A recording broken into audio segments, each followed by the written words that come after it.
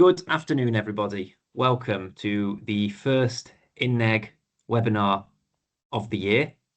We are delighted to be here again and bringing you quite a run of webinars over the course of this year. We already have 10 webinars planned for the first half of the year from 10 different expert witness disciplines and 10 different medical disciplines. So please keep an eye out for all of the future webinars, and please do join us. For those of you who perhaps haven't met, used or worked with us before at INNEG, and you're new people joining us, welcome. We, INNEG, are a specialist medico-legal agency. We focus on sourcing some of the best, some of the most niche, some of the most unusual experts from across the country, both for complex and for perhaps more straightforward claims. You can go onto our website and search our database to see how many the numbers of different experts we hold in each of the different medical categories. And we split our experts by not just main primary specialism, but subspecialisms and specialist interests, which they do, allowing us to nominate high quality experts to you for every case. Now, enough about that. Jumping straight into it, I'm delighted to welcome Glenn Smith. Glenn is an advanced nurse practitioner and medical legal expert. He has over 25 years clinical experience, and he regularly works on fall-related claims when nursing care and the documentation are key. As a bit of background, he's also a clinical director of Lighthouse Medical, and he sits on the NMC Test of Competence Assurance Advisory Group. So he's well positioned to talk to us and teach us today. Thank you very much, Glenn, for being here, and I'll pass the floor over to you. And just before you begin, please everyone remember there is a Q&A session afterwards. So if you go above, there's the Q&A function or the chat function. Please put any questions you have throughout the conversation, throughout the presentation in above, and we will look to come to them at the end of the presentation. Thank you very much, and over to you, Glenn. Thanks, Leo, and that was a really great introduction. Thank you to all of you who have actually signed up today for this webinar, and I hope that what you'll find over the next 40 to 45 minutes as we go through the slides and I talk about some of the issues, that we touch on issues that you will find relevant to cases that potentially you've been involved in or that potentially you will be involved in the future. So as Leo's already described, I am a nurse by background. I'm actually a mental health nurse by background, and I've been producing expert witness reports for the last 6 years. I was the patient safety lead for the Isle of Wight Trust for 3.5 years, and I was the first one, and a large quantity of what I did for the Isle of Wight Trust in relation to patient safety was in relation to inpatient falls work and looking at falls prevention and participating in national falls auditing around the National Falls and Fragility Audit Programme. I also work in independent healthcare consultancy, and this is one of the areas in which I do a lot of work around potential negligence claims. So today what we're hoping to cover in the next 40 to 45 minutes are common reasons and risk factors for potential falls, what it might look like from the perspective of a failure in terms of a risk assessment or care planning and supervision of somebody who is at risk of falls, things to look for in the documentation that might weaken or support a claim that negligence has taken place, and lessons that in terms of litigation and how falls have occurred and how negligence has contributed to those particular cases. If there's anything, I am actually keeping an eye on the chat, and I know that Leo's mentioned at the end that we will have a Q&A and we will leave time for that. If there's anything that I don't cover that you would like covered, then please do add it to the chat and we'll try and get through as much of it as we possibly can at the end of the session. So a basic definition then of falls, we need to start with what we're talking about. talking about. Fall is effectively defined as ending up on the ground as a result of a slip or trip or event that causes one to fall, usually unintentionally. The NICE Clinical Knowledge Summary defines it as a simple fall is defined as one occurring as a result of impairment of cognition, vision, balance, or mobility. And the consequences of the falling itself typically include even minor falls can cause soft tissue injuries. We regularly think about fractures. The other ones are hematomas. In the case of head injuries, brain trauma and concussion, and on occasion death. And I will say that I have been to coroner's inquests where the fall was the cause of death. I have been involved in legal cases as well where the fall has been the cause of has been the main reason why somebody's passed away. Hematomas, I'm just as an aside, you may well notice that since COVID, you will find an increase in people reporting hematomas as a result of injuries that they've sustained. And part of the reason for this may well be related to how people have been anticoagulated, anticoagulation blood thinners. The patterns of blood thinning medication changed during COVID to reduce the number of people coming in for warfarin clinics. And as a result of that, you may well see an increase in the number of individuals presenting with hematomas in the case that potentially you are being asked to comment on or seek instruction for. So trips and falls from height may be an issue, particularly when somebody's either in a ward or a bed area where actually they've not managed it adequately, so they've got a cluttered bed area. They're wearing bandages on the lower limb, which is quite common, and either the bandages themselves become unwound or they become wet because they've got leaking wounds, or they're incontinent, and also potentially environmental factors. We would need to demonstrate in those cases that inadequate attention was taken to actually prevent the fall in those cases. And there's a key phrase I've put in there, which is as far as that's reasonably practicable. I make no apology for taking that from the Health and Safety at Work Act, because one of the things that we need to be quite clear about is that our expectation of areas undertaking falls prevention should be reasonable. We don't walk around with our pants outside our trousers with a big S on our chest. And so we do actually need to be reasonable about what we would expect clinical areas to provide in order to mitigate the risk of falls. And I will go on later to talk about the other side of falls prevention, where actually it could be too restrictive. But suffice it to say for now that actually any measures that are put in place to prevent a fall are only effectively loading the dice in favour of keeping someone safe. There is never a completely acceptable solution that manages the liberty and independence of an individual without there being some risk of falls occurring.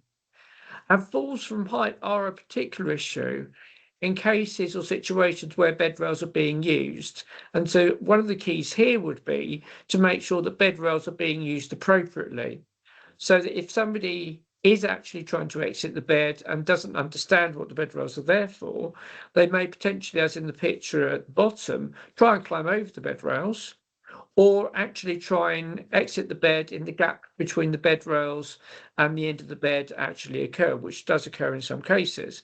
And so the risk of entrapment in those cases and people injuring themselves simply because they're trying to get out of bed is also quite real and should be reflected in the assessments that people are actually undertaking as to whether bed rails are appropriate or not.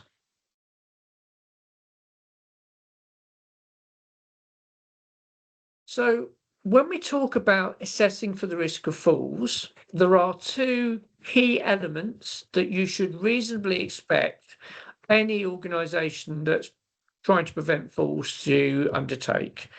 The first one is to have a means of understanding or identifying whether somebody is at risk of falling. Now, typically, that will be, it could be related to their age. So typically people over the age of 65 are considered more at risk of falls. They may have had previous falls. They may have a fear of falling. They may, as we mentioned earlier, have issues related to their balance, their ability to coordinate themselves, their ability to understand their risk, which will relate to mental capacity. And we talk about that a bit more in a second. But assessment of falls risk is also looking at, if it's not accurately completed, then potentially either the organisations that you're looking at may well either institute methods that aren't necessary and potentially be restrictive. Alternatively, if they underestimate the risk, they put inadequate mitigation measures in place in order to prevent falls. And the minimum you should be expecting is some means of identifying that somebody's at risk of falls in a visual context. Some organisations use things like red slipper socks. Some organisations use red trays or red tops to the jugs. It may be as simple as a symbol or a note at the end of somebody's bed, which indicates that they are at risk of falls. That is a good starting point, but it is then what you do next and what you consistently do over time. And consistency is also a very important element of preventing falls, is what then determines whether actually an organisation has adequately discharged its duty of care to recognise somebody's risk of falling and has put adequate mitigation measures in place. The other issue is, as well as how often somebody falls, is whether somebody falls as a result of their fall, how likely they are to experience a fracture or significant harm. And we've got a picture at the bottom of judo players.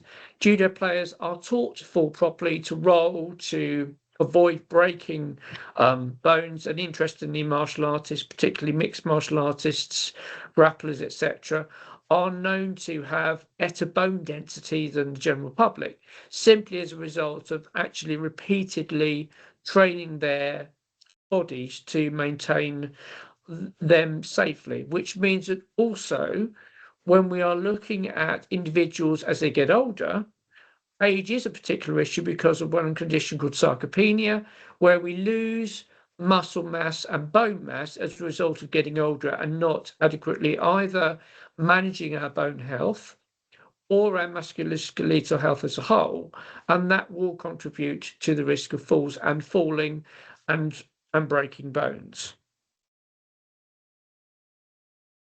So it is reasonable if somebody presents with a fall, so I'm talking now about patients where a fall is a component of or reason for admission or presentation to a hospital or healthcare setting, it is reasonable to ask the question whether the teams that are assessing the patient have adequately explored all the potential reasons for correctable causes of them not being able to maintain their safety and then actually ending up having fall. And I've put a number there, and you would expect any diagnostic process, and I've just used the phrase diagnostic net at the bottom of this list of bullet points, to point out you would reasonably expect a wide consideration of the potential causes for a fall or presentation with fall when somebody first presents to a healthcare professional. And these include things like, have they got an infection, chest infection, a urine infection? Have they got medication related either changes? So has a medication changed in dose? Has a medication been introduced that wasn't there before? Has a medication basically started to interact with other medications. And I put key groups there that you would want to consider. So antipsychotics or medication that affects the brain, medication which could be sedative. So this could be morphine or codeine or related drugs. I've also mentioned antihypertensives because you can induce any antihypertensive medication can induce postural related blood pressure changes, which when somebody stands up, the body can't compensate, so they may fall over. All of those may well need to be considered as potential causes.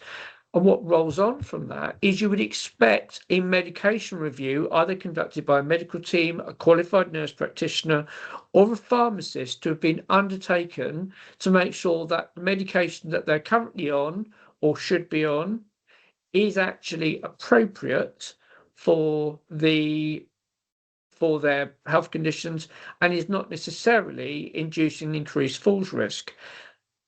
As a caveat, as an aside, there is no reason why, if a recognised risk of falls is associated with certain medication, but it is accepted by the multidisciplinary team and the patient who has capacity, that you may not carry on using that medication, but it has to be a clear and shared decision-making process.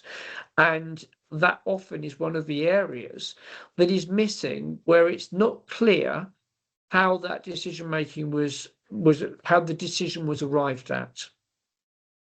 So a central nervous system disturbance, which may include a transient ischemic attack, a stroke, alcohol, substance-related conditions, may also induce a risk of falls, or the inability to maintain one's muscular coordination, which then ends up causing someone to fall.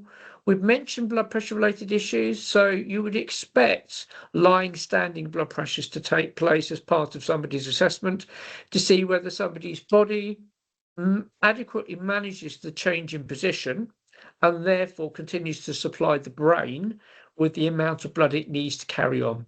Because often if you've got that drop in blood pressure when somebody stands up, and there's a number of medical conditions that might cause that, what you might find is that actually somebody's brain is inadequately transfused or oxygenated, and as a result of that, they might fall over. But you would expect the diagnostic process to eliminate that as a potential cause of the reason, cause for the falls. And this also obviously extends to things like cardiac arrhythmias or cardiac related issues. People with reduced coordination or muscle strength for whatever reason will also end up being at bigger risk of falls, simply because they're unable to maintain their balance, their agility and their strength. And I've mentioned the words diagnostic net at the bottom, and I'll go over that one again. It should be obvious if you're reading through the assessment of a clinician when they and their approach to someone who's had a fall, or for which a fall is part of their presentation, it should be clear what they've ruled out. So in other words, have they ruled out all of the things that I've mentioned? Because I would suggest that if they haven't done a medication review, they haven't looked at their neurological ability, if they haven't looked at cardiovascular causes, if they haven't looked at changes in their consciousness, I would suggest that they haven't taken wide enough diagnostic view as to the reasons why somebody might have fallen. So we talk about mental capacity. Mental capacity is a key issue. Patients need to be able to understand and retain the information that they have been given, including the consequences of not doing what they've been asked to do. Because some people are natural risk takers and will take risks even though the physiotherapists, the occupational therapists, the doctors, the nurses have told them not to stand up and not to walk without somebody actually asking for assistance. Somebody with the mental capacity to do so is able to take risk, but the issue for any defendant trust or defending organisation is that need to be able to demonstrate that they've adequately assessed somebody's capacity and adequately described the risks that somebody would be at if they mobilised without assistance, and that the individual accepts that risk is pertinent.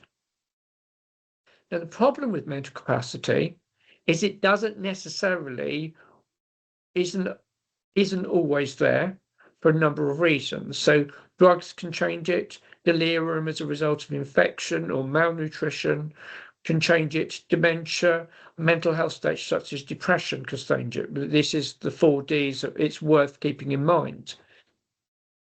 But it needs to be shown that those issues are present and that they have changed the ability of an individual to understand the risks that they are at, and also to self-manage. And it also relates to situations where, for instance, somebody's been discharged from a hospital setting where there is naturally a certain level of supervision in that hospital setting, and then they are discharged to a care setting or their own home setting with, say, care agency support, where actually they are capable of self-managing their safety. And in those situations, again, it is incumbent on the professionals that are involved in that case to demonstrate that they've actually adequately reviewed whether somebody is capable of self-managing, and that they are adequately able to understand the thresholds beyond which they should seek assistance, and from whom and how they would do that. And that sounds quite complex, but actually even simple things as the fact that a hospital or care setting demonstrate that somebody's call bell is within reach doesn't necessarily equate to that individual understanding what the call bell's there for. So, and what they would call somebody for. So it is more subtle than just having a tick sheet like a lot of healthcare settings do, which just say, well, the call bell's in reach or their bed space is clear. Those are helpful, but there is more to it. And it should be looked for when you're looking through somebody's notes, that those things are actually in place. So falls are actually something that quite often attract a lot of attention.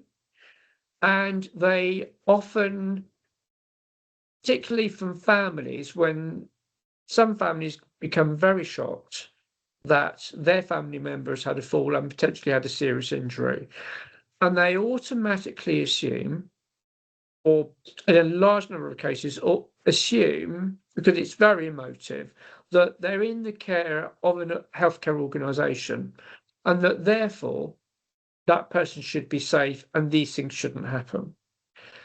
But the reality is not all falls are preventable. Now, at the very start of this talk, Leo referred to my extensive healthcare related experience. I have been the individual observing somebody at risk of falls, and on more than one occasion, people that I have been observing have fallen, and have broken things while I was observing them. And there was, hand on heart, nothing that I could have done to prevent them other than putting them in a situation where I'm completely depriving them of their liberty. And so it becomes a case of what do we put in place and how and what is the goal of the care that we're providing?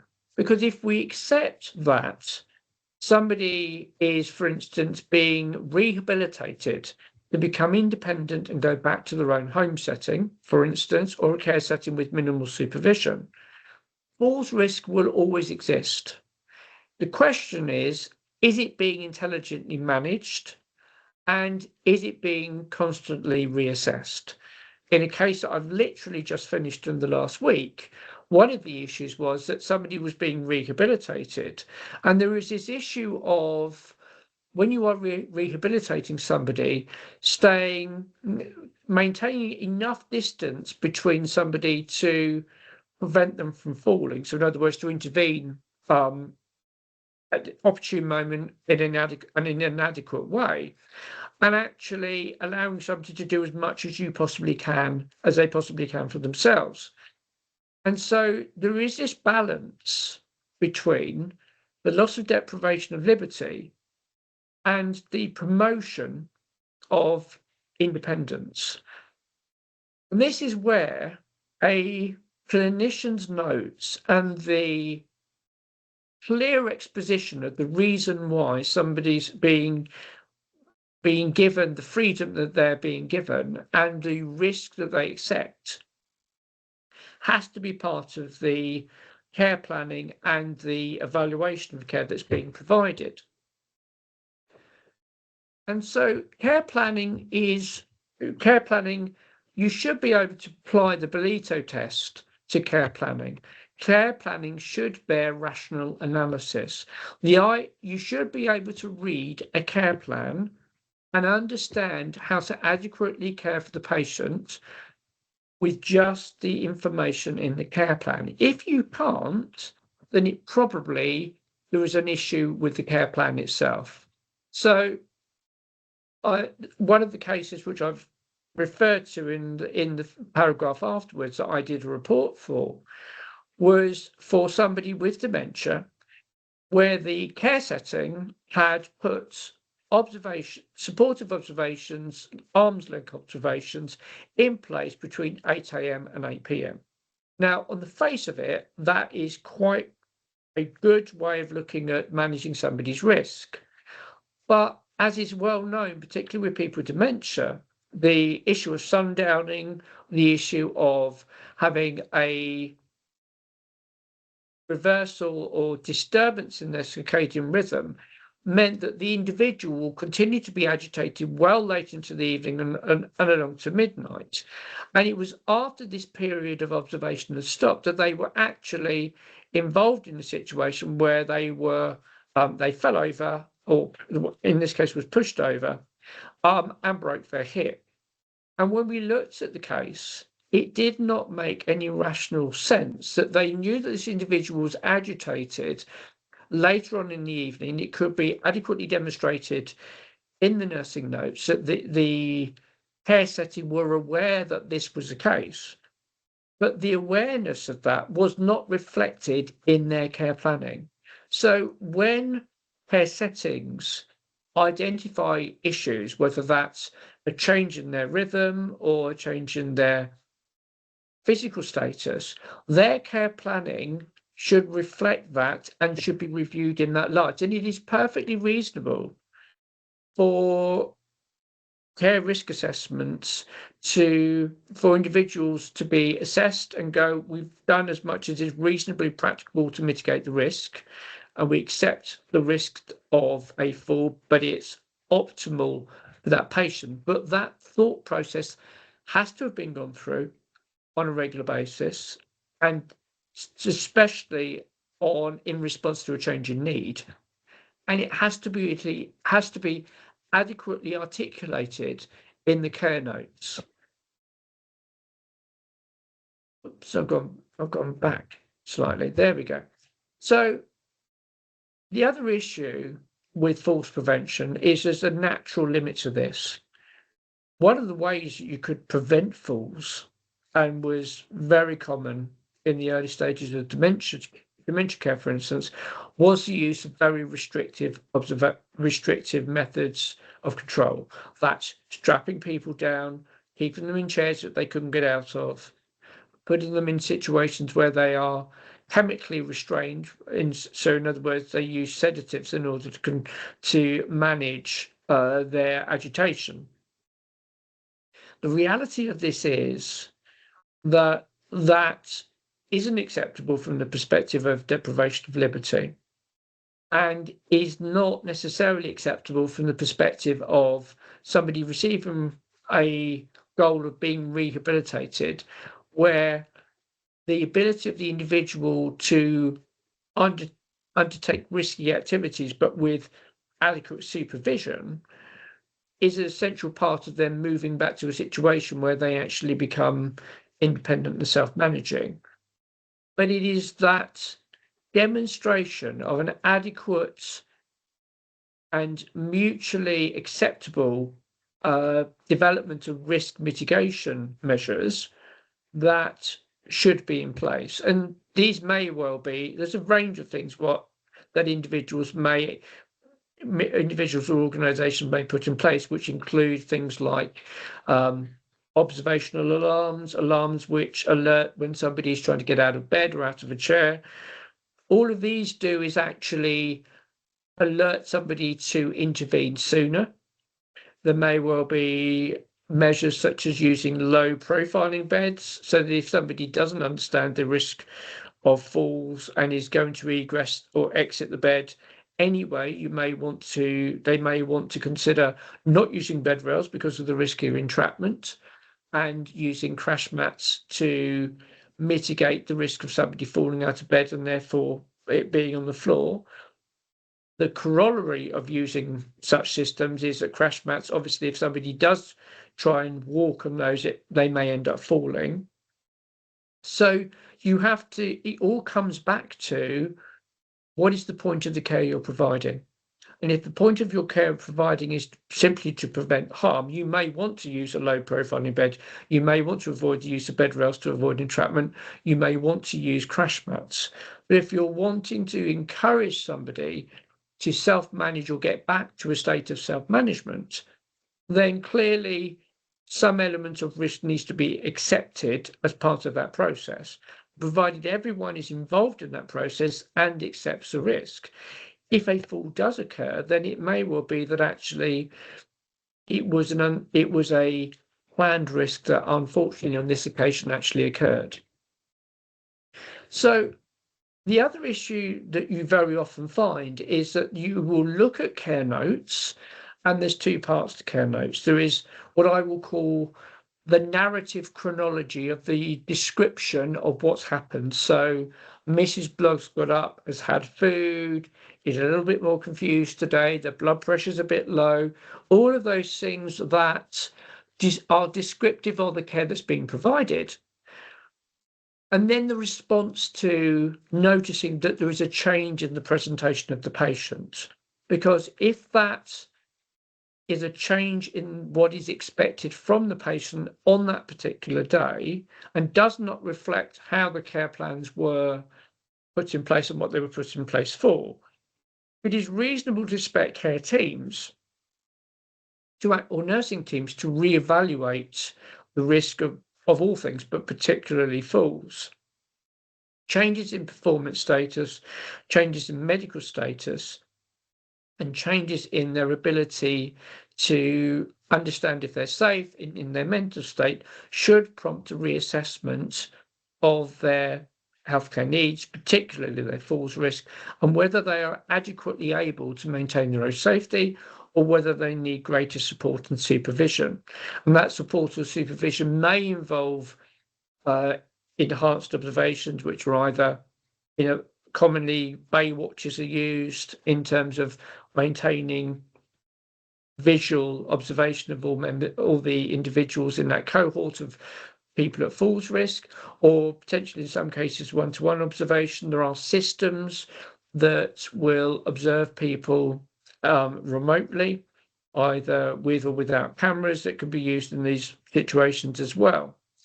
But all of those things have to be demonstrated to be an adequate response to the risk that's being presented.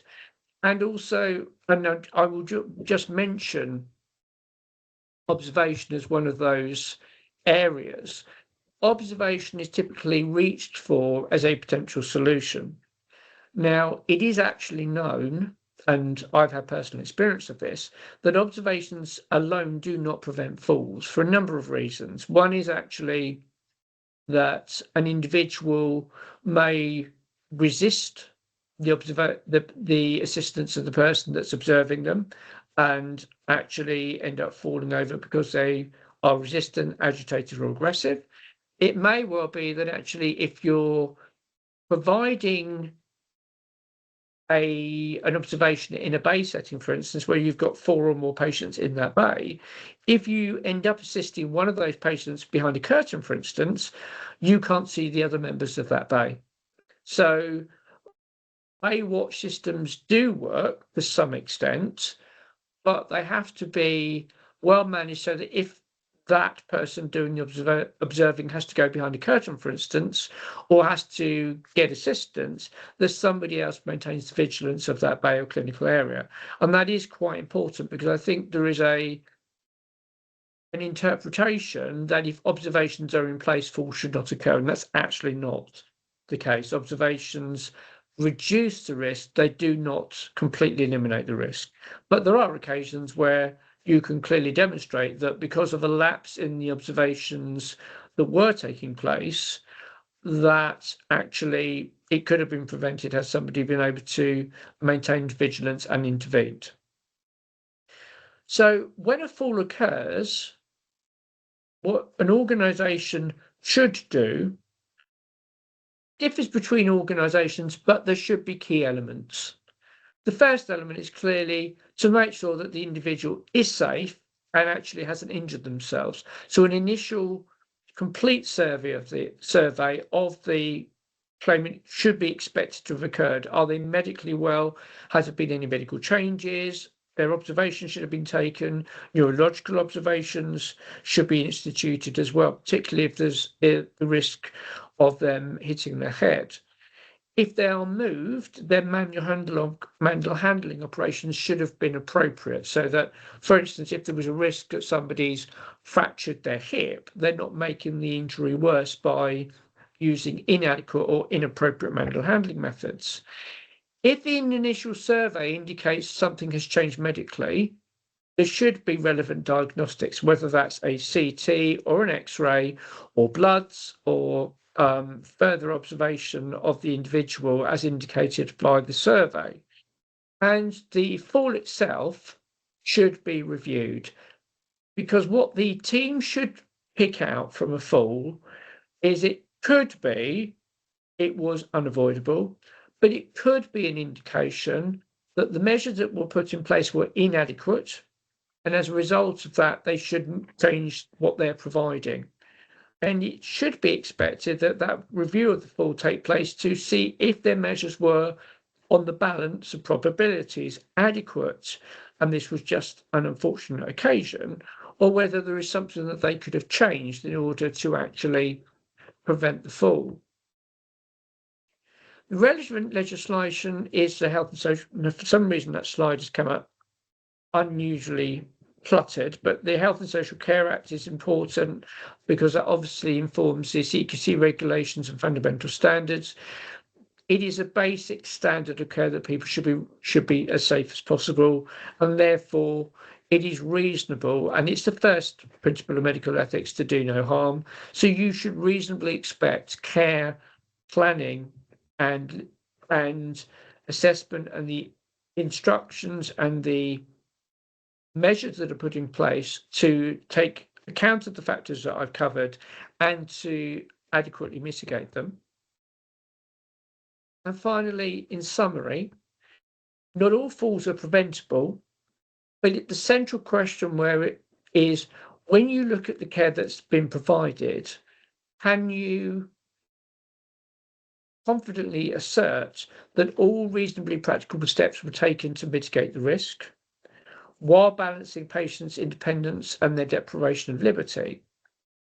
Is their care planning rational and clearly responsive to the changing needs of the claimant? And in cases where somebody is a risk taker, is their autonomy respected, but are they making a choice in full awareness of the risks that they are undertaking? That's the end of my slides, and at this point I'm going to be quiet and see if there's any questions. Well, first of all, thank you very much, Glenn. That was incredibly detailed, and I have to say I was writing down a few questions as we went along. but then you kind of went and answered them all. So I think that's just a testament to the quality of the slides and the presentation that you've given. So thank you very much. Just before we jump into the Q&As, and we already have had a few pop in, so that's great. I want to do a very short plug. We will be doing a live event in Leeds next month. We have a pediatric neuropsychologist speaking, and we're doing it live but also online. So if you aren't local to Leeds, then don't worry, you can still catch up on this fantastic live webinar we're doing next month. Details will follow, so don't worry about that. And if you need the details, you know where to reach us. But jumping straight into the questions, of which there are many. The first one I have is from Richard Scott. He's asked, if you have a client or a potential claimant with dementia or Alzheimer's, do you think generally that a defendant acts reasonably in not raising the bar on a hospital bed and failing to use a crash mat? He says, I appreciate that you would need further details to provide a full response on this. So I think maybe if Richard, if you've got a case here, Glenn can briefly answer it, and he would be more than happy, I'm sure, to review the case in further detail at a later date. Okay, I mean, I'll give you a brief answer. From my background as a mental health nurse, my first 4 years post-qualifying was an acute assessment of dementia unit. That's what I did for 4 years full time. And my experience of cases where actually individuals, the predominant mental health issue is an organic one, whether that's Alzheimer's or dementia or related condition, and they are inadequately able to understand their own risk and therefore can't self-manage. If you put bed rails in place, then logically you're inviting them to climb over them if they need to get out of bed because they can't actually maintain their own safety, and they may want to get out of bed as a result because they need to go to the toilet and the bed rails are getting in the way. And the second part of that is obviously if they do fall out of bed and the bed rail's in place, then logically you can reasonably predict that they're going to be at a height. They're going to be much higher than if you leave the bed on a low setting, there's no bed rail in place, and that there's a crash mat in place. So briefly, generally speaking, if somebody doesn't understand their own risk and is going to egress the bed without calling for assistance, if you put a bed rail in place, they're going to try and climb over it or getting trapped in it. You can reasonably predict that. And you can secondly also reasonably predict that if they fall, if they're going to fall out of the bed and there's a bed rail in place, they're going to fall from a higher spot because they're climbing over it. And secondly, a crash mat would mitigate the harm when they hit the floor. So I think that's probably a brief answer, but it would be interesting to see what the case looks like. Well, as mentioned, if Richard, you wanted to email us across a brief in relation to that, or you wanted Glenn to review that in more detail and provide a full report, then of course he can. If I'm right in thinking, Glenn, besides for desktop reports, you can also provide care reports, should you wish, further care need reports, should I say, for claimants across the country. And so please do reach out following if you need him. Moving swiftly on, Andrea Rimmer has asked a question. If observation is interrupted because of staffing shortages, or the member of staff responded to an emergency or something unexpected, would the fall be considered avoidable? So weirdly, that's one of the issues that came up in the case I've just done a report on. And I think there's several answers to that. It's not a simple answer. If you are a defending trust, for instance, or you're looking at it from the defendant's perspective, if they've done all that is reasonably practicable in order to staff a situation, and the reality of it is that they've done all that is reasonably practicable, and unfortunately there is an issue, say there is a fire or there is something like that,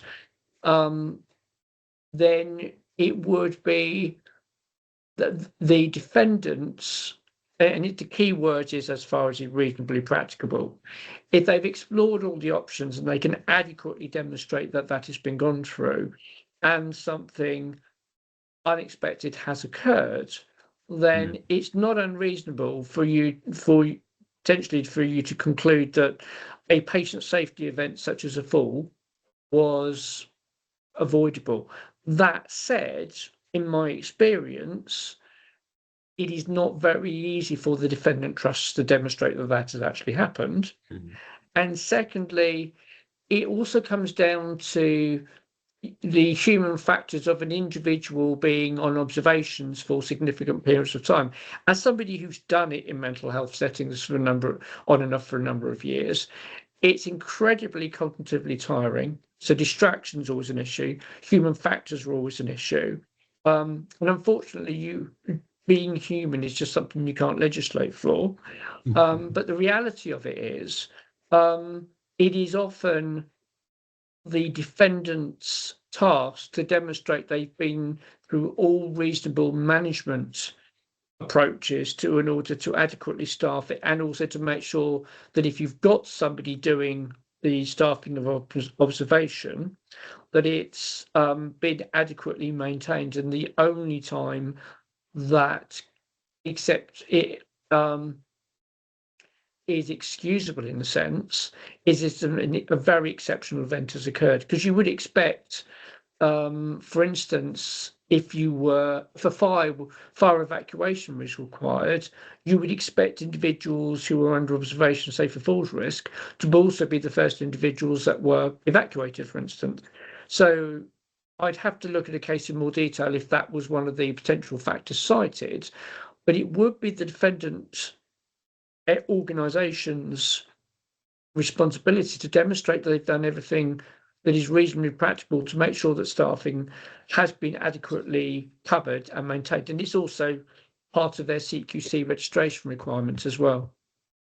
Thank you. Thank you for that.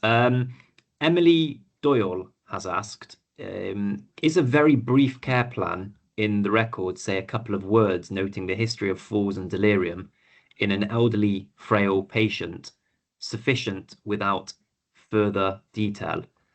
She's also added, for example, there was no consideration of spinal block. Again, it seems quite specific relating to a case. Yeah. So I'm sure you'd be happy to review it in more detail, but as a quick answer. Quick answer is, on the face of it, from what you described, no, because what you've also described in the same paragraph is the fact that there was medical factors which would have been known to the nursing team or the nurses filling in the care plans that they failed to consider when assessing somebody at risk of falls. That's the short answer. It would fall into the category of conditions that would affect somebody's ability to coordinate and maintain their safety. And you could adequately predict if somebody's been applied an epidural or a spinal block or whatever it is, that actually until it's worn off, that they would not be safe. So if they've not included it as part of a potential risk of falls, they've missed one of the factors that they should have done. And the other part of that would be, if they put them into the category of somebody who is at risk of falls, the fact that they've identified those risk factors is one thing. You would then naturally follow, okay, now I know that person's at risk of falls, what am I going to do about it? Which you don't describe in that particular sort of like vignette, shall we say. But that would be the next stage, is if you recognise that somebody's at risk of falls, great, what are you going to do about it? Fabulous, thank you. Bronwyn has asked, when should a falls assessment be revisited and what are the factors? So there's probably 2 or 3 different answers. The first is, it should always be, in fact, I've come up with at least 4 different answers. So the first answer is, obviously, on admission and on first presentation, the falls assessment should occur. It should always occur on change between clinical settings. So if you're moving them from one ward to the next, or one team's care to the next team's care, that should be done afresh for a number of reasons. One is actually to be different skill mix on that particular area. It's a different ward area. It's a potentially different supportive environment. It should be done if there's any indication there's been a change in the factors that would inform falls risk. So if somebody's cognition has changed, their performance status has changed, any of those should trigger a falls risk reassessment. Generally speaking, in hospital settings, a minimum of weekly. But I'd certainly expect most areas to, if nothing else, to change. And then certainly on discharge, because if you're discharging from any setting to another setting, you would reassess falls risk at that point, because you would want to, one of the elements of care is adequately discharging your duty of care to that individual by passing on as an accurate an assessment of that individual's care status as possible. Thank you very much for that one. There's a couple of very specific claim-related questions here. So just so we don't bore the rest of our audience too much, I will go through them, but perhaps Glenn, if I wouldn't mind, if you can just a few words on them and we can jump on, and obviously you can review them in more detail afterwards. So Deborah King has said, in an instance, in this scenario, the client safely climbed out of the bed with the bed rails in situ and went to the toilet on her own. She was brought back to the bed by a care support worker and fell while standing as the care support worker was putting the bed rail down. And the question is, was it negligent to have left the patient standing alone whilst the care worker put the bed rail down? Again, it's quite specific, so a brief answer, please. The key to that question would be what's in their manual handling assessment, because their manual handling assessment says that they need the assistance of one or two to walk, and then somebody steps away while they're standing, whatever. And I don't know the details of the case, but I'm just briefly speaking, if they need the assistance of one, that person shouldn't be leaving them to go and put the bed rails down, because they may not be able to stand unaided. Fabulous, thank you. And again, another one, it's quite specific, from Kathy Fairweather. Would it be appropriate to leave a falls risk dementia patient under one-to-one care alone in a toilet on a ward within a hospital setting where the door has been shut? The family have been told that this was done for privacy. At a basic level, I suppose the question that needs to be asked is, could that individual maintain their safety behind a closed door without somebody being there? And if it's yes, then there's no reason why not. And if it's no, then it has to be noted whether the patient accepted or didn't accept the support. Yeah, and also, privacy is a consideration, but adequate supervision is the other. And I'm not saying there's an absolutely right answer in this case, but there should be a multidisciplinary decision in which the family are involved, in which they sit there and go, yes, we will do this, but we accept that this may invade this individual's privacy. This is quite an interesting question from Rachel Lewis. Is if a patient had capacity, would you expect to see a discussion noted on the patient records stating that they had capacity, especially if the trust is claiming that the patient declined assistance or enhanced falls protocol? Yes. Yes. And the reason I would say it's a blunt answer, yes. I mean, I'll give you a couple of very brief examples. One of which is not directly related to this, but illustrates the point. I went to a coroner's inquest where I had been involved in the care of a patient in a care home. And I had been out to see the patient, and at the time of seeing the patient, I've got no trouble in saying that I upset the patient, because I turned around and said, if you carry on doing what you're doing, you are at risk of hospitalisation or dying. I'm not going to talk about the specifics of the case, but basically, from the perspective of the individual, I spoke to the patient. Do you understand that if you continue to do what you are doing, you may end up being hospitalized or potentially dying? That individual accepted the risks that were involved, and I documented that they had mental capacity. They were able to repeat and accept the risks that were involved, even though I thought that their risk taken was unwise.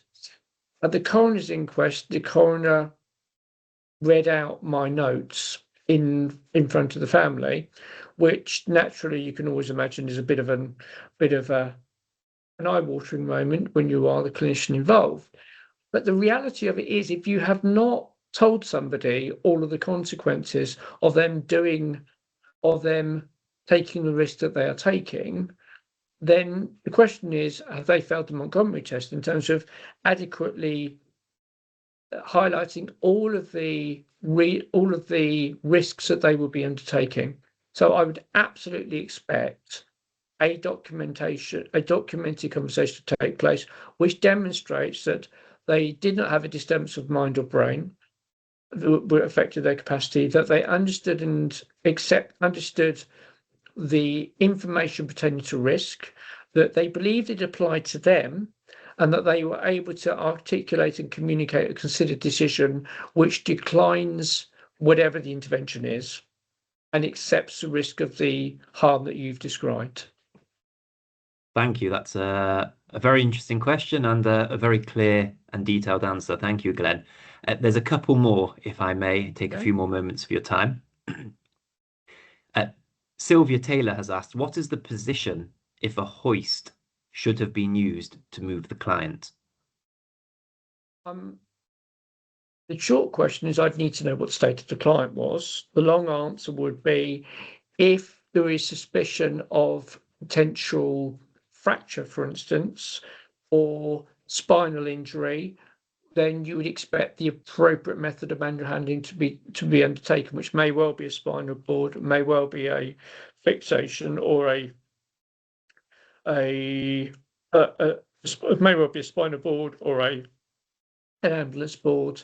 But if there is any reason to suspect a C-spine or spinal injury or spinal fracture, or any reason to suspect a lower limb fracture of any sort, then those areas should be immobilized before they are moved, because effectively, if they then go on to end up demonstrating injury, there's no reason to believe that the method of manual handling was potentially contributive to the actual injury. Thank you very much. And again, I appreciate it's just hit 2 o'clock. So if I can, just one last question for you, Glenn, and I appreciate the time with all these Q&As. Arsalan Abbasi has asked, what about a situation where a claimant has a history of epilepsy and found unconscious at home? The claimant was taken to A&E and left in a cubicle. He attempted to walk to the toilet and had a further seizure, collapsed, sustaining fractures. It would seem to be balancing risks of further seizures against the claimant's needs, i.e. the toilet, but what other factors would weigh in favour of liability here? Again, this is quite a specific question and it sounds quite a complex case, so it maybe you need a purview of the records before you can make a final decision on this particular matter. Yeah, I mean, as a general comment, I've got the comments in front of me because I can see it in the meeting chat. As a general comment, fluctuating neurological conditions are a nightmare in terms of actually being accurate in terms of attributing potential liability. And it is about what can you reasonably predict from what you know, because we always, let's face it, all of us in a room are looking at cases in hindsight. The fall or the injury that we're discussing has already occurred. Whereas those individuals in the room or in the care setting at the time, with what they knew of the individual, did they make a reasonable decision? Doesn't have to be perfect. None of us are Superman, but did they make a reasonable decision? And so fluctuating neurological conditions are a nightmare. My question would be, the 2 or 3 immediate questions is, if the epilepsy is a new presentation, it's difficult to predict when it's going to recur again. It may well be uncontrolled. The other issue, of course, is the question that you would pose to the individual that's actually had the seizure is, have they discussed, with the individual, please can you get somebody give you a hand because we don't know whether you can manage things safely. Without looking at the case, I don't know, but I would certainly suggest what did the individuals reasonably know at the time they were making decisions, and did they make an adequately safe decision knowing what they knew? Thank you. Thank you, Glenn. I know there's a couple more questions, but given we have run out of time, we can follow up on them after the event.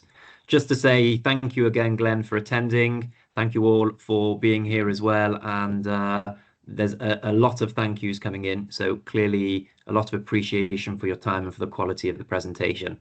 I'm going to wish you all well and take care, everyone, until the next event. Thank you.